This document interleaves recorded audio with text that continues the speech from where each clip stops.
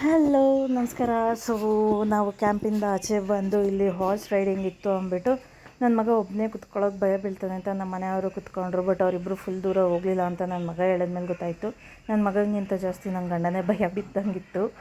And S, ಅಲ್ಲಿ ಮುಗಿಸ್ಕೊಂಡಾದ್ಮೇಲೆ play area suggest ಮಾಡಿದ್ರು ಒಬ್ಬರು. ಸೊ ಅಲ್ಲೂ ಹೋಗೋಣ ಅಂತ ಹೋಗ್ತಿದ್ವಿ. ಅಲ್ಲಿ ಒಳಗಡೆ ಕಾಸು ಕೊಟ್ಟು ಹೋಗಿದ್ದು ನಾವು ಓಡಾಡೋಕ್ಕಂತೂ ನಿಜವಾಗ್ಲೂ ಅಲ್ಲ, ಇವನು ಆಟ ಆಡಲಿ ಅಂದ್ಬಿಟ್ಟೆ ಹೋಗಿದ್ದು.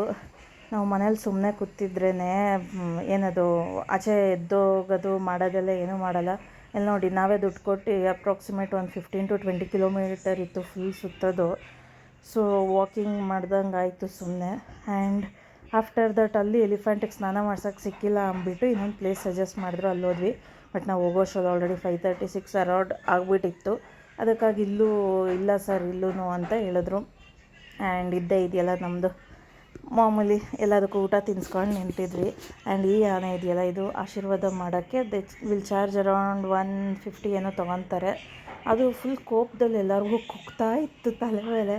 ನಾನು ಯಾಕೆ ಅಂತ ಅವ್ರನ್ನ ಕೇಳಿದೆ. ಸೊ ಅವ್ರು ಅಂದರು, ಎಲ್ಲರೂ ಬಂದು ಇಲ್ಲಿ ಏನದು ಚಾರ್ಜಸ್ ಅಪ್ಲೈ ಆಗುತ್ತೆ ಅಂದ್ಬಿಟ್ಟು ಯಾರು ಅದ್ರ ಹತ್ರ ಆಶೀರ್ವಾದ ಮಾಡಿಸ್ಕೊಳ್ಳೋದು, ಊಟ ತೊಗೊಳ್ಳೋದೆಲ್ಲ ಮಾಡಲ್ಲ. ಹಿಂಗೆ ಮುಂದೆ ನಿಂತ್ಕೊಂಡು ಫೋಟೋ ತಗೊಂಡು ಹೋಗ್ಬಿಡ್ತಾರೆ.